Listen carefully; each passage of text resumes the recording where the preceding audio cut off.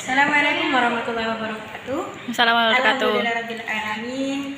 Wa bihi nasta'in wa ala umuri dunya waddin. Wassalatu wassalamu ala asyrofil mursalin sayyidina wa maulana Muhammad wa ala alihi wasallam wa ba'du. Yang terhormat kepada Dian Umida selaku pengasuh pesantren Super Kemelar Umida dan direktur pesantren Super Kemelar Umida, kepada segera mencari pengurus dan teman-teman semua yang sedang berbahagia. Semuanya bagaimana kabarnya pada malam hari ini? Alhamdulillah luar biasa, bersemangat dahsyat, Allah Akbar. Ya, jadi kali ini saya akan mempresentasikan tentang sejarah kebudayaan Islam, tentang proses sebab atau latar belakang dinasti Umayyah dan corak kepemimpinan Muawiyah bin Abi Sufyan. Nah, yang pertama, latar belakang terbangunnya dinasti Umayyah itu dari peristiwa Am al-Jamaah atau rekonsiliasi umat Islam di daerah Maskin, Niadain, dan Kufa pada tahun 41 Hijriah atau 660 Masehi, dan diiringi dengan penyerahan kekuasaan Hasan kepada Muawiyah bin Abu Sufyan kurang lebih selama 6 bulan. Nah, penyerahan itu diwarnai gejolak politik setelah Utsman bin Affan wafat. Masa Utsman bin Affan, Bani Umayyah itu banyak dan di antara mereka yang menjadi pejabat sampai mereka itu mendapatkan luas wilayah. Muawiyah itu mendapatkan beberapa perluasan wilayah dan yaitu bersiap diri sebagai peletakan dasar dinasti Umayyah.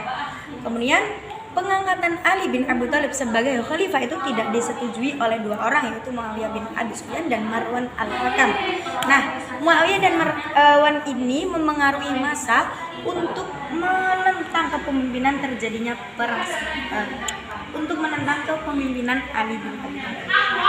Kemudian terjadilah perang saudara itu yang bernama Perang Siffin.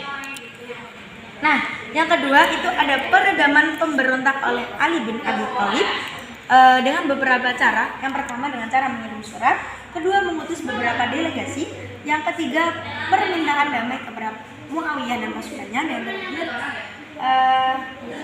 Muawiyah itu malah menuduh Khalifah Ali bin Abi Thalib. Nah, pada saat peperangan Perang Siffin atau perang saudara itu terjadi, Muawiyah dan pasukannya itu mengangkat Al-Quran dengan tombak, yang berupaya untuk memberitahu sebuah isyarat perdamaian. Sebenarnya Ali bin Abi Thalib menolak arbitrase atau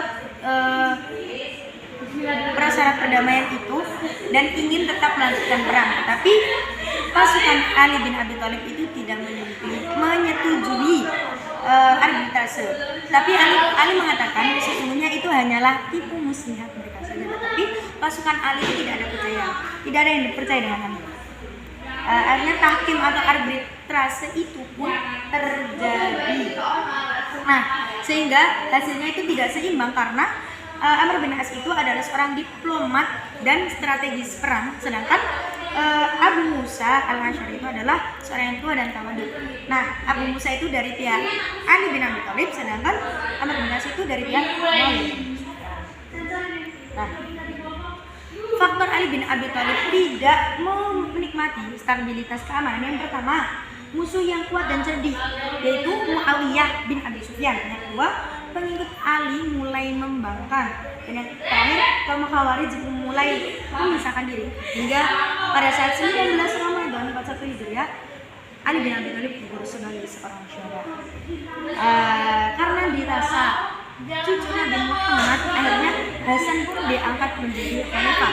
Tetapi Hasan sendiri tidak mampu melawan Muawiyah bin Abi Sufyan dan mengakui supremasi Muawiyah. Akhirnya periode Khulafaur Rasyidin menjadi dinasti Umayyah. Selanjutnya, ketika Muawiyah sudah menjadi seorang pemimpin, Muawiyah itu memindahkan kota pemerintahan yang semula berada di Kufa menjadi ke Damaskus. Nah, 3 tokoh Bani Umayyah yang sangat berpengaruh, yaitu yang pertama ada Amr bin As, ada Mughirah, dan terakhir ada Ziyad bin Abihi. Nah, 3 tokoh itu menyelamatkan Muawiyah pada saat perang Siffin atau perang saudara, dan mereka juga berhasil meletakkan kondisi berdirinya dinasti Umayyah. Selanjutnya, Muawiyah bin Abi Sufyan sendiri itu adalah tokoh pertama yang mengubah pemerintahan republik menjadi sistem monarki. Yang mana sistem monarki itu adalah mewariskan kekuasaan atau sistem secara turun-temurun. Akhirnya ia mengangkat putranya yang bernama Yazid bin Muawiyah itu menjadi putra mahkota. Tetapi masih banyak pertentangan ketika Yazid itu menjadi putra mahkota karena masih banyak masyarakat yang tidak setuju dengan hal itu. Nah, sistem monarki sendiri itu memunculkan jurang antara taat dan mawali. Selain itu Muawiyah juga menetapkan Diwan Al-Khatim dan Al-Baghat yaitu sebagai pengontrol gerak-gerik musuh. Tidak hanya itu, dia juga membangun Masjid Surah atau masjid yang diperuntukkan sholat oleh warga. Oke, sekian presentasi dari saya. Kurang lebihnya mohon maaf. Semoga bermanfaat. Assalamualaikum warahmatullahi wabarakatuh. Salam.